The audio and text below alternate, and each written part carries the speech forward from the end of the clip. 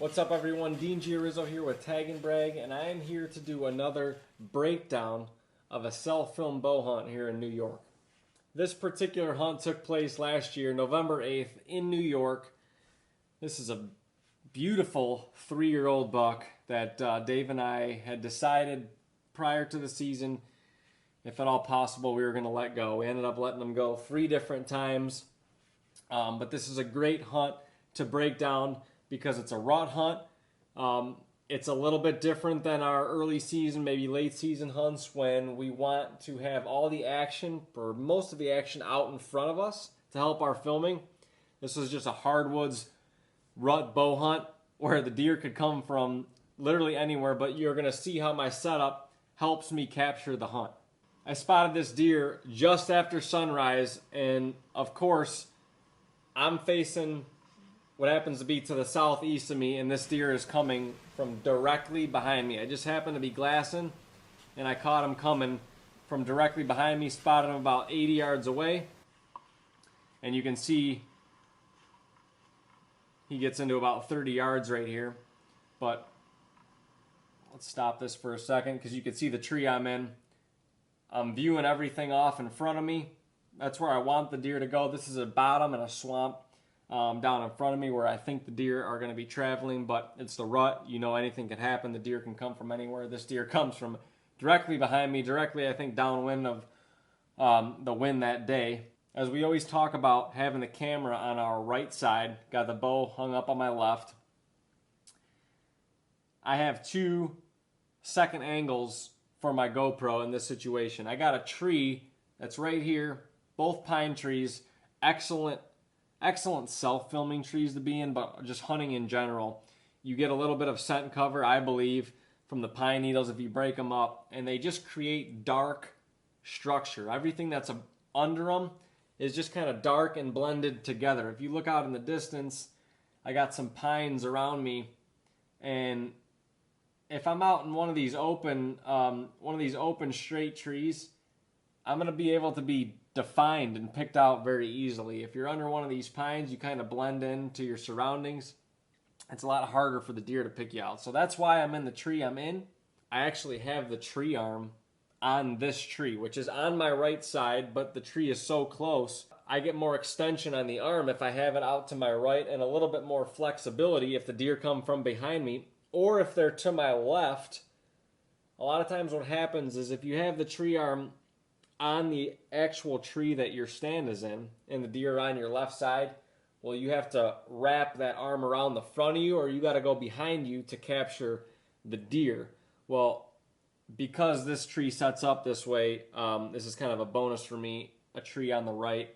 It helps me wrapping that tree arm out to the right if there were to be a deer out to my left. But because this deer's coming behind me, I have already identified him. In this particular instance, I know which deer it is, so I know I'm not going to shoot. This deer comes within 5 yards of my tree. I mean, absolutely picture perfect for what I wanted any other mature buck to do. This so happens to be a buck that we decided to pass up, but this is my other camera angle, as you can see. So I have one on the right tree facing this way, one on my actual tree that the tree stand is in, facing a little bit to the left.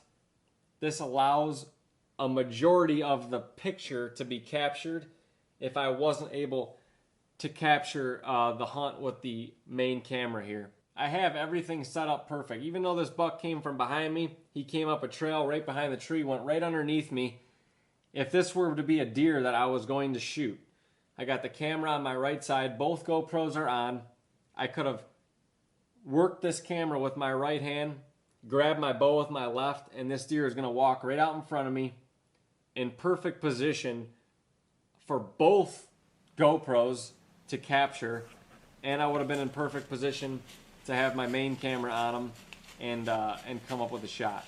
With rut hunts especially, this is where having 2 GoPros really helps us, because when you can hear it is dead quiet this particular day. When you hear deer coming, we usually go right to our GoPros, boom, boom, get the GoPros running before you even see the deer. And it was so quiet that that's exactly what happened on this particular day. I got both my GoPros on, and that's why I didn't actually get the main camera on him until he was about 35 yards behind me. But just an ideal setup for self-filming. Camera arms about hip level on your right side. You got at least one GoPro angle. Again, it's just our general go-to setup for self-filming. Camera arm on your right side if you're a right-handed bow shooter. Bow's hanging over there to my left. I can easily get the camera on a deer, be able to throw my binoculars up and identify who it is and know right away, shooter or not, and what I need to do to make the next steps to either make a shot happen or just get great footage of a deer that we might not shoot, which was what happened in this case. Just a perfect example of why I set the cameras up the way I did. I was able to get excellent footage of this deer walk right by me, and you know, if it had been a shooter, this could have been an incredible hunt on film, self-filmed all by myself, just because of the way I had it set up. This particular spot is very far back in the woods, and the light setups with the carbon arm from Fourth Arrow camera arms is what allows me to really get back into this area and to be able to hunt as mobily as I am right now. So if you're interested in any of the equipment we use, fourtharrowcameraarms.com. If you have any questions about the way we set up our hunts, whether it's in blinds, early season, late season, or in the rut like this instance here, feel free to shoot us a message, ask any questions, and we'll be with you next time on the next Hunt Breakdown.